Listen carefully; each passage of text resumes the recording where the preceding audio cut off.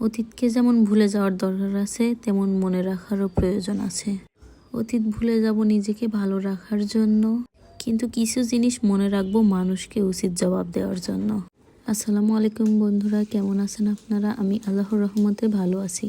আমি তোমাদের সাথে খুব সুন্দর একটি ভিডিও শেয়ার করব, শিমের বিচি দিয়ে রুই মাছ রান্না। ফুল ভিডিওটি দেখতে থাকো, আশা করি তোমাদের ভালো লাগবে। প্রথম থেকে শেষ পর্যন্ত পুরো রেসিপিটি দেওয়া হলো। শিমের বিচি রান্না করার জন্য প্রথমেই লাগবে একটু পোক্ত শিম। প্রথমেই শিমের বিচিগুলোকে আলাদা করে নিয়ে পানির মধ্যে 1.5 থেকে 2 ঘন্টা রেখে দিলে এগুলোর খোসা ছাড়াইতে তখন সহজে খোসা ছাড়ানো যায়।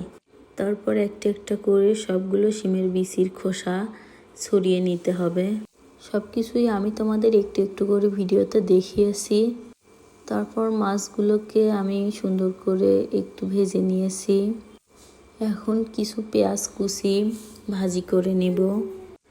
পেঁয়াজগুলো ভাজি করে নেওয়ার পরে মশলা দিয়ে দিব, এর মধ্যে বাটা মশলা। এর মধ্যে দিয়েছি পেঁয়াজ, রসুন, কাঁচামরিচ, জিরা।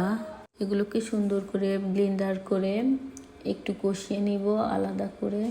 তারপরে এর মধ্যে দিয়ে দিব হলুদের গুঁড়া, ধনিয়া গুঁড়া, কাঁচামরিচের গুঁড়া, লবণ এবং আমি হালকা করে একটু টমেটো দিয়ে নিয়েছি।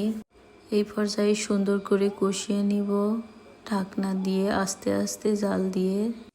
তারপরে শিমগুলো দিয়ে কষিয়ে নিব। তারপর আসো তোমাদের বলি, প্রথমেই বললাম না অতীত ভুলে যেতে নেই। অতীতের ভালো কাজগুলো থেকে শিক্ষা নাও, সেগুলো মেনে চলো এবং যে খারাপ কাজের সাথে তুমি জড়িয়েছিলে সেই কাজগুলো ভুলে যাও।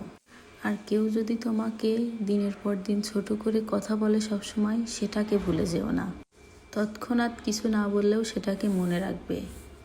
সঠিক সময় আসলে তখন কাউকে ছাড় দিও না, কারণ ছাড় দিলে মানুষ আসলে মাথার উপর চেপে বসে, ভাবে এই মানুষটাকে যাই বলি না কেন সবই সহ্য করে নিবে। এর উপর যা খুশি তাই বলা যায়, যা করা যায়। ধৈর্য ধরে থাকতে থাকতে যখন দেখবে আর সহ্য করতে পারছো না, তখন বলে দিবে। ইটের জবাব পাটকেল ছুঁড়ে মারবে। তারপর যা হয় হোক। মানুষকে আসলে সবসময় ছাড় দিতে নেই। অতীতকে ভুলে থাকতে হয়, খারাপ স্মৃতিকে ভুলে থাকতে হয় এইসব সময় নিজেকে ভালো রাখার জন্য। কিন্তু প্রতিটা মুহূর্তকে এনজয় করো অতীত ভুলে যেয়ে। কি দরকার খারাপ স্মৃতিগুলোকে মনে রেখে নিজেকে সবসময় কষ্ট দেওয়ার, সবসময় দুঃখী রাখার?